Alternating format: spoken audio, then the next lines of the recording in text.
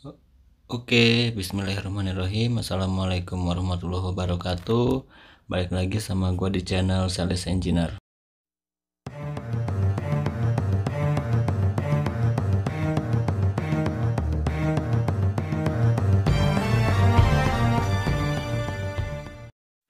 Nah, di video kali ini gua mau jawab pertanyaan dari Moh Febrian Andipe ya. Pak, minta video-video pembahasan istilah-istilah di dunia sales engineer, misal inquiry, closing, dan lain-lain. Terima kasih, Pak. Oke.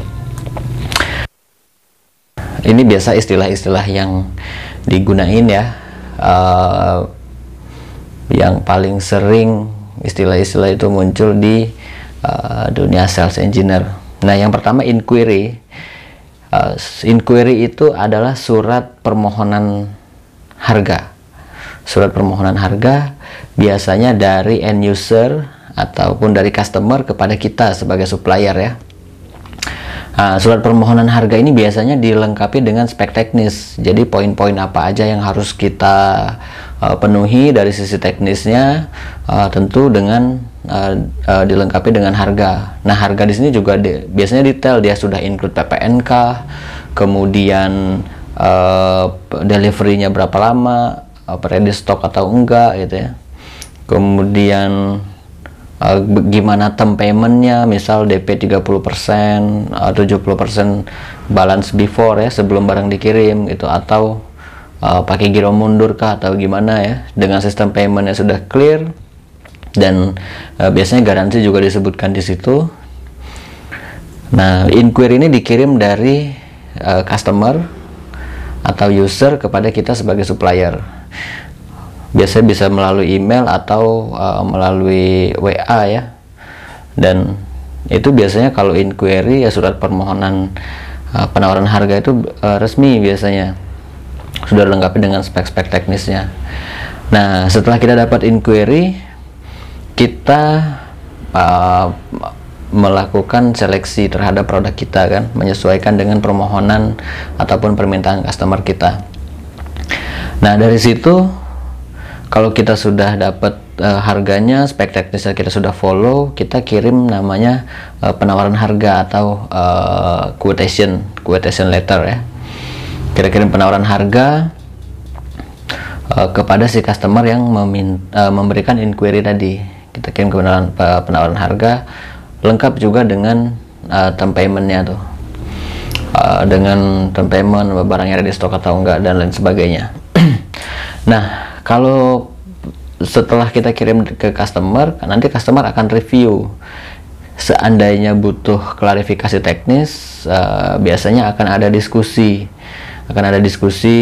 Kalau misalnya kita ternyata ada spek teknis yang kita belum follow atau ada perubahan spek teknis, itu mereka akan kirim revisi inquiry dan kita akan berikan revisi quotation. Nah, ketika dari sisi teknis ini sudah clear, jika dilanjutkan ke tahap berikutnya akan masuk ke tahap negosiasi ya. Ke tahap negosiasi biasanya kita diundang atau bisa juga negosiasi by phone. Ketika sudah mencapai kata sepakat dalam proses negosiasi, customer akan mengirimkan purchase order atau PO kepada kita, gitu kan. Dia akan mengirimkan PO. Setelah kita terima, kita proses PO-nya, kita akan memberikan namanya OC atau order confirmation, atau konfirmasi bahwa order yang mereka berikan itu sudah kita terima. Jadi kita berikan konfirmasi. Nah, setelah itu kita akan terbitkan proforma invoice sebagai dasar penagihan kita ke customer. Misal DP 30%, kita terbitkan proforma invoice. Tapi terkadang ada juga yang langsung diterbitkan invoice serta faktur pajaknya. Jadi invoice-nya asli dan faktur pajak sudah kita kirimkan, baru mereka bayar DP. Ada juga yang begitu.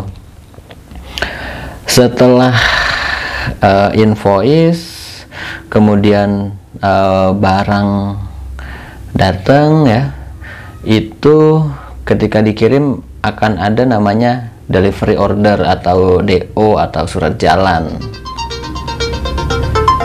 Sebentar, gua telepon, angkat telepon sebentar. Ya, halo. Halo, assalamualaikum Pak. Waalaikumsalam. Gimana kabarnya? Sehat, sehat. Sama. Alhamdulillah. Proyek di mana sekarang? Proyek yang di mana nih? Ah, Proyek yang di mana nih? ingat nggak? Siapa, Pak Katno ya? Bukan lah. Hah? Siapa? Ayo, siapa yang pernah ngetes pompa? Ngetes pompa di mana? Ah, Oh, Pak Haji. bukan. Hah? Bukan. Siapa, Pak? Itu teknisinya siapa yuk? Kan lupa. Piye, Pak? Lampung itu lah. Oh, alah. Sehat, Pak. Di mana posisi? Lagi di Lampung nih. Oh, di rumah. Heeh. Di Gemiling. Di Kemiling, betul. Lagi di Lampung apa, Pak? Oh, enggak, lagi masih di Morainim. Lebaran dia mau pulang. Pulang ke Natar? Iya. Iyalah, pulang kampung lah. Ini proyek di mana sekarang? Sekarang Bukit Asam belum, cuman ya di Lampung ada, di Palembang ada. Oh, di Palembang ada ya. Palembang ada. Kemarin gimana udah selesai urusannya? Kemarin udah, Pak, tagihan udah kita masukin. Apa semua juga udah. Udah beres semua tuh, Pak. Semua ya. Aduh, lama banget, setahun lebih tuh. Iya, 1 tahun itu. Ya. Iya, sampai setahun setengah. Wah. Kalau ke Lampung mampir, Pak. Insya Allah nanti kalau aku mau jalan-jalan ke mana itu? Ke Lembah Hijau. Oh iyalah, orang lewat dekat rumah kok. Iya. Nanti kalau jalannya ke Lembah Hijau atau ke ini ke Sari Ringgung ya Iyalah, jangan sampai enggak.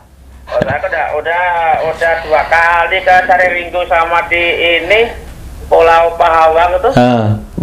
Udah lama? Apa belum lama? 2019. Walah, udah lama. Iya, ini baru 2 tahun dong. Tapi 2019 itu akhir bulan November. Oh ya, baru ya setahun setengah lah ya. Iya, setahun setengah itu. Gitu. Ini gimana di sini situasi itu COVID aman ya? Alhamdulillah masih aman, Pak. Iya, takutnya tuh kalau pulang ke Lampung nanti nggak bisa masuk. Nah, biasanya kalau pulang ke rumah rapid dulu sebelum nyampe rumah. Gitu. Iya. Iya. Biar orang rumah aman. Nggak terlalu heboh di sini ya berarti. Sebenarnya sih zona merah, Pak. Cuman ya yang penting kita jaga inilah, jaga prokes ya. Oh iya, protokol kesehatan. Iya. Kemarin tuh kan rencananya kan mau pulang, katanya tuh di Lampung zona merah. Dan wah, nggak jadi aku. Iya, waktu tahun baru kemarin kan nggak boleh yang masuk, Pak, harus bawa antigen. Jadi dicegat di ini bundaran Bandar Lampung itu. Iya. Kalau saya misalnya pulang ya paling cuma di metro sama di ini, saya di Natar sudah nggak sampai ke ini. Tapi nanti rencananya kan saya mau kali Anda juga. Kabarin lah kalau kesini, kabar-kabar, Pak. Oh iya, nanti mudah-mudahan nanti mampir. Mau silaturahmi ke mana tuh, ke Wayalim juga nanti rencananya. Iya, orang gede di sana. Banyak teman di sana itu. Banyak tempat mampir ya. Iya, insya Allah lah nanti. Iya, jangan sampai enggak lah. Iya. Ya Pak ya, terima kasih. Ya Pak, tak simpan nomornya ya. Salam sejahtera, assalamualaikum. Waalaikumsalam ya Pak.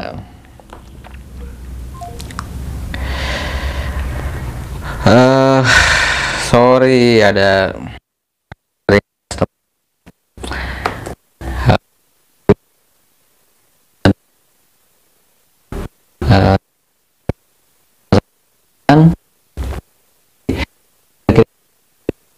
jalan atau yang pakai nanti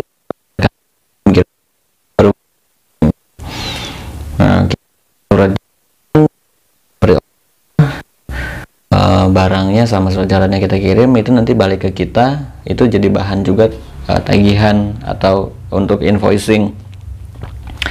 Setelah itu nanti misalnya kita kalau supply install ada instalasi, setelah selesai instalasi itu ada tes commissioning ya, tes commissioning. Kalau sudah perform oke, diterima sama customer, baru ada BAST atau berita acara serah terima pekerjaan.